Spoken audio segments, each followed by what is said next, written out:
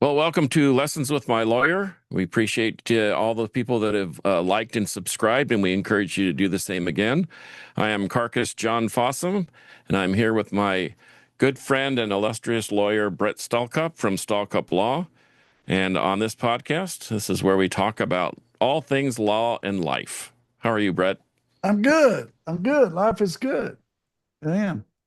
Don't Very we make good. a choice though? Isn't life supposed to be good? Well, you can choose to make it the best you can, or you can just choose to give up, I guess, huh? Yeah. I had someone tell me the other day, uh, a judge friend of mine sent a client to me, and the guy said, "Now I want you to know I'm retired." Like I'm supposed to give him some slack. And I said, "I want you to know I'm not retired." Well, see, you set the groundwork. Yeah, there we go. There Life's you a go. choice, dude. You did your choice. I'm doing mine. Let's roll. Well, let's kick this thing into gear. Last week we talked about the First Amendment and free speech, and as it related to how we express ourselves or protesting and that type of thing. So um, we have that guarantee, but in legal terms, is there a boundary on free speech? Yes, you can't go tear up somebody's jewelry shop, say that's free speech. I mean, that's burglary of a building. What about saying something to somebody, calling them a name or telling them disparaging things or what Uh, is you can call anybody pretty much what you want. There's not like oral assault. You can't assault somebody with words. That's not happening. what about hate speech? I hear that term thrown around like it's something. Well, it's evidence. Whatever the consequence is, there's usually a case on the back end, right? And so it's part of the evidence to show to enhance it to a different category, either in a federal case or bump it up in a state case if it's hate speech. And I don't remember Carcass, but I think too, when you have a federal case, everything is on the guidelines. So you have a case, right? Say it's oh, and please know that everything that I say is my opinion. Don't take it as concrete. Uh, and I'm just waiving all liability of giving legal advice for free across our podcast. But I do know that, say, like you steal a bunch of money from somebody and you took it in the mail and you wired it into a bank in Alabama, that's wire fraud. So then you have what, if you plead guilty to it, then you go to the next phase, which is the sentencing, and it's a guidelines case. So you start with a number, base offense level. Uh, and on a wire fraud, I don't remember what it is. Say it's 7. Okay. So you're at 7 points, right? So then you have your acceptance of responsibility. That's -2, maybe -3, depending on how big the case is. Whether a charitable company was involved. If it was, up 2 points. Common scheme or more than a basic plan, up 2 points. Uh, and so you land somewhere on the guidelines. Got it? Got it. 0 to 6, you go home, probation. After that, you're going to the pen. For how long? It depends because you have your guidelines, 0 through, say, 40. Got it? So, like 25, where it fits on the guidelines, might be up, say, 90 to 120 months. That's the statutory guideline. And I think if there's hate speech, I think it adds the points, right, to the base offense level and makes it a higher degree of felony. I know that's what happens. So as hate speech goes, there's really no statute against it, but it does enhance uh, a case, especially in a federal case. Yes, I think O- that's correct. I'd have to look, but Okay. Well, maybe maybe. Brandon will look for us real fast. Brandon, why don't you run a check to see if a hate speech is a federal crime or not. I don't see how it would be. I think it would enhance. It would only be used to enhance a case rather than be an actual violation in itself. Yeah. Sort of like there's a lot of sex crime now going on with all the uh, sex stuff that we got going on with kids and adults. And so that you have, say that you're diddling a little girl, it's your daughter or stepdaughter, and it's been continuous, right? If you can show that it's been going on continuous and that based on what the evidence is, it enhances it to a minimum 25 years. Hate So speech is not a federal crime. Hate speech is not a federal crime, but but I believe that it would enhance it.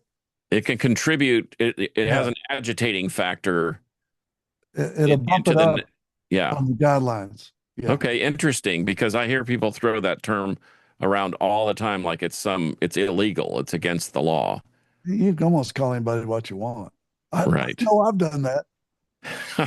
I think we all have at one point in time.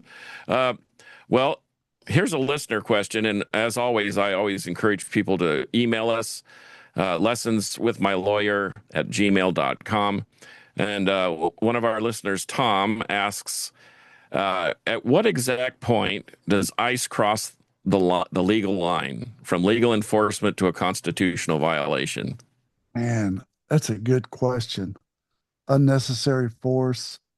Uh, you know, the only time you're going to get a lawyer to take a case is if somebody's killed, right? Because you have governmental immunity. Got it? On a federal and on a state level. So whenever And there's what is governmental immunity, just for people that don't know? governmental immunity is where you can't sue the government except Okay. for under the Texas Practice and Remedies Code, chapter I'm thinking 54, where um, the government's immune from being sued, except for if they're like vehicles, as a sanitation truck runs into your car, they're not, government immunity doesn't attach. You can sue them for personal injuries, whiplash, any medical injuries that you suffer in that car wreck. But if you go after a governmental body and trying to sue them, like for a pothole, you ain't going to get there. Does that make sense? Well, it's the same with ICE. They got government immunity. And dude, didn't I see where people, ICE was like advertising, hey, if you got a college degree, blah, blah, blah, and you need a job, apply with ICE, right? I'm not sure that would be a job that I would want unless I wanted to really be agitated every day. But you got to look at the facts on what force is reasonable, what's unreasonable. But you're not going to get a lawyer to look at it unless there's a death. Okay. And then you got to go, what kind of training did you have? What they teach you? Where did you learn this? What they teach you? And did you go to academy? How long did you go? And, where did you graduate? That kind of stuff. But as previously mentioned, the best thing to do is not interfere with a police action. Would that be your best advice? Follow the rules. I always say that on this. Let's just follow the rules.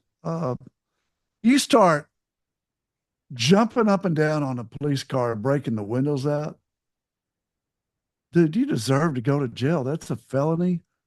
Destruction of property, criminal mischief, destruction of government property. That's probably a federal crime right there, and then you're going to get enhanced. You're going to go to prison. Yeah. Okay. Well, how about another one? So speaking of that, what's the biggest mistake people make when getting arrested? They talk. It's every Dateline, dude. Don't you watch Dateline? I don't. 48 hours. Oh, dude. I need to. How do they get convicted?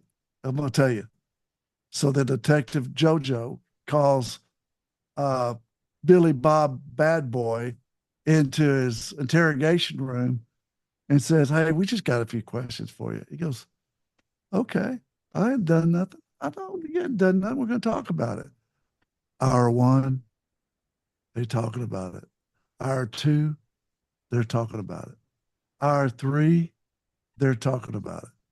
Hour seven, he's so tired and hungry, he gives a confession. Oh, by the way, would you give us a written voluntary statement? Then they write it out, have him handwrite it, sign it. You're toast. When it should go like this. Detective Bobo calls Billy Bob Bad Boy into the interrogation room. Hey, we know you're scared. We know you care. We just got some questions for you about what's going on here. I want my lawyer. Well, you have that right. We were just going to ask a question. I want my lawyer. Now, in this room. Now. His name is so and so, and his phone number is so and so. I want him in here. What's your lawyer going to do? Stop the interview. He's going to stop it. He's going to make them prove their case. If they don't have a case without your voluntary statement or confession, you're going to win. If you sit there for 6 hours and tell them how the cow ate the cabbage, about how you feel so bad about it, and you didn't mean to, you were just going to scare her by putting your hands around her throat, Adios, amigos. Yeah. That's the reason my family always laugh, because my girls love it, and their friends, they always like to come over and they ask me questions all the time. And Mr. Stalkup, if I wanted to kill somebody and get away with it, what should I do? That's easy. That's real easy. You invite your spouse to take a lovely cruise with you. Make sure there's no cameras on the deck and push them overboard. Go back to your room, read a book. Then they're going to figure out to the next day. Saranada, adios. They're dead. No witnesses unless they have it on a camera. When they interview you, what happened at 3:00? What happened at 4:00? Did y'all go out onto the balcony? I want my lawyer. That's the winner, dude. It is. Well, that's frightening. So, so when you're in this interview, can they legally lie to you or fabricate a story? Yes. Yeah. They can. That's Supreme okay. Court said that's admissible. That it's okay for you to make up a big lie to go, your wife's in the other room over there and she's giving you up, dude. So it's a race to who gets the better deal, you or her. She's not over. Yes, she is. She's writing a statement out telling everything you did. Or how about this one? Hey, Billy Bob, we found your prints on the gun at the scene. You did? Yeah. Don't shut your mouth. Get your lawyer.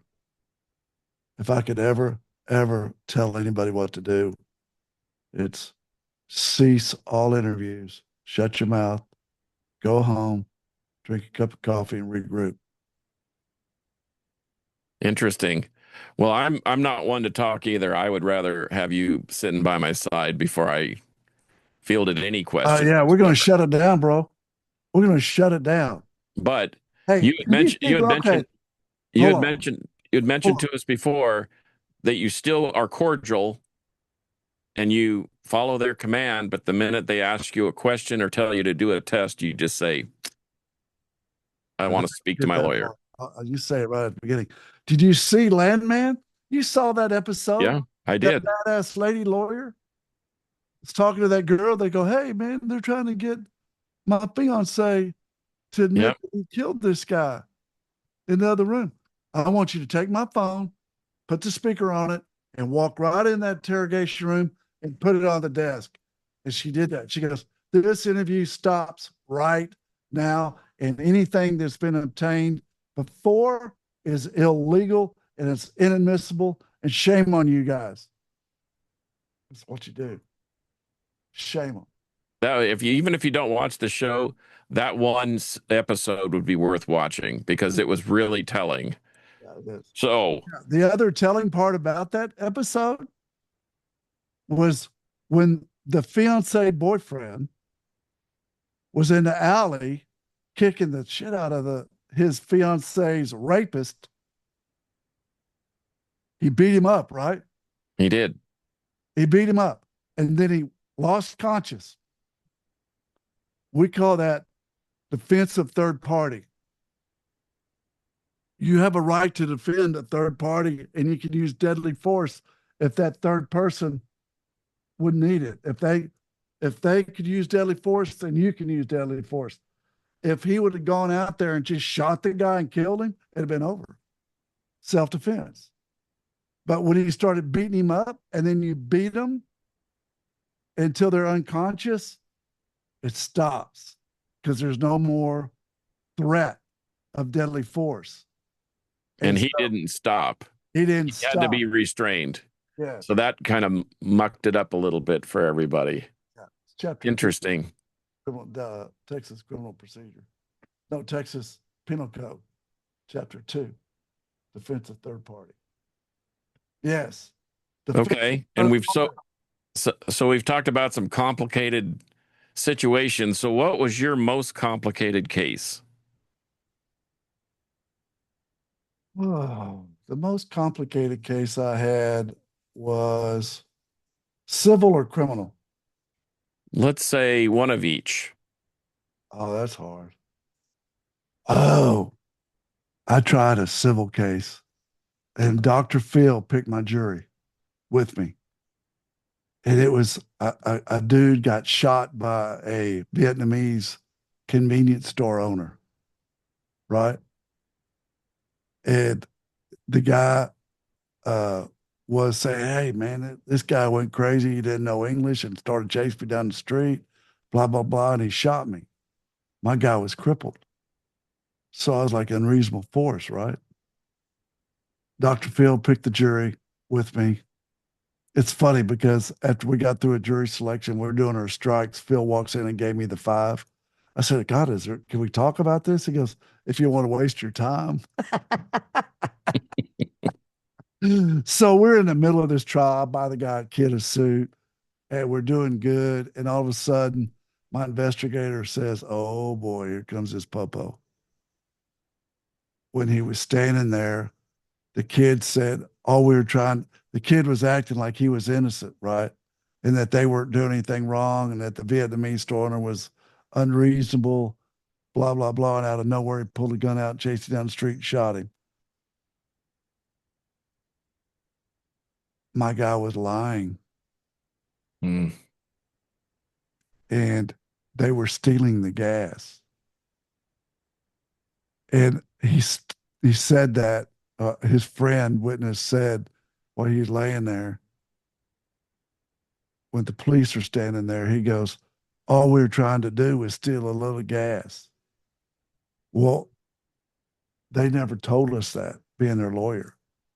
And we were on day 7 of a jury trial. Oh, brother. And so I had a bunch of money in this thing. And it was weird because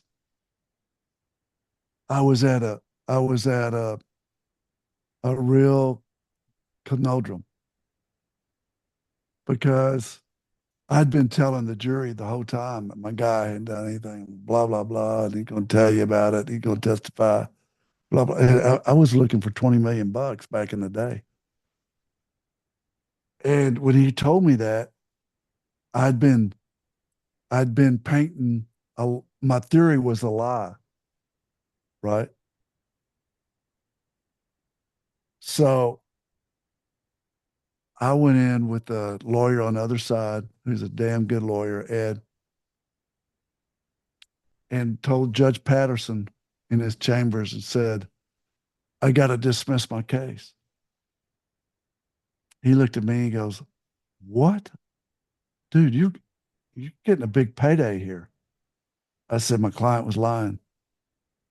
He was stealing gas. And I've been painting a picture to the jury that he was an innocent bystander type deal. And I can't ethically paint a fraud in front of the court ethically. And Judge Patterson said, I wish every law student was here watching this because you're doing the right thing. And not most lawyers would do the right thing. And that was during Christmas when I was looking for Christmas bonus for all my lawyers. Anyways, that was complicated. Yeah, that sounds unbelievable. In fact, and is that kind of a problem? I mean, I know you. I've talked to you even off the record, not even a legal thing, but I know that you're a straight shooter. You got to be. E- That's all e- you got your word. Even if we're just talking about, well, how are you doing today, Carcass? I knew that I couldn't tell you, hey, everything's great, because you'd see right through it. Mhm. And it was better for both of us if I just said, you know what, Brett, I'm really struggling, and here's the reason why. And then at least it's out on the table.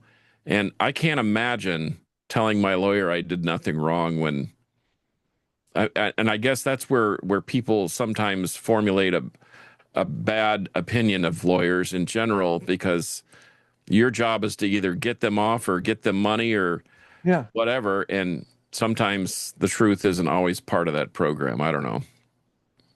Yeah. I couldn't in good conscience put another witness on. Cost me a lot of money, Carcass. I bet it did. Cost Well, me. interesting. Well, you learn something new every week here on Lessons with My Lawyer. And we do appreciate everyone watching. We admonish you to like and subscribe. That's what keeps us going here. And if you, once again, if you have a question that you'd like us to answer, or you want to send a short video, send it to lessonswithmylawyer@gmail.com. You can watch previous episodes on our YouTube channel, Lessons with My Lawyer. And until next week, we'll see you again. Oh, and by the way, every Tuesday we're dropping new episodes, so look for that. All right. All right, Sounds see good, ya. Carcass. Thank you. You're awesome. Thanks, Brad.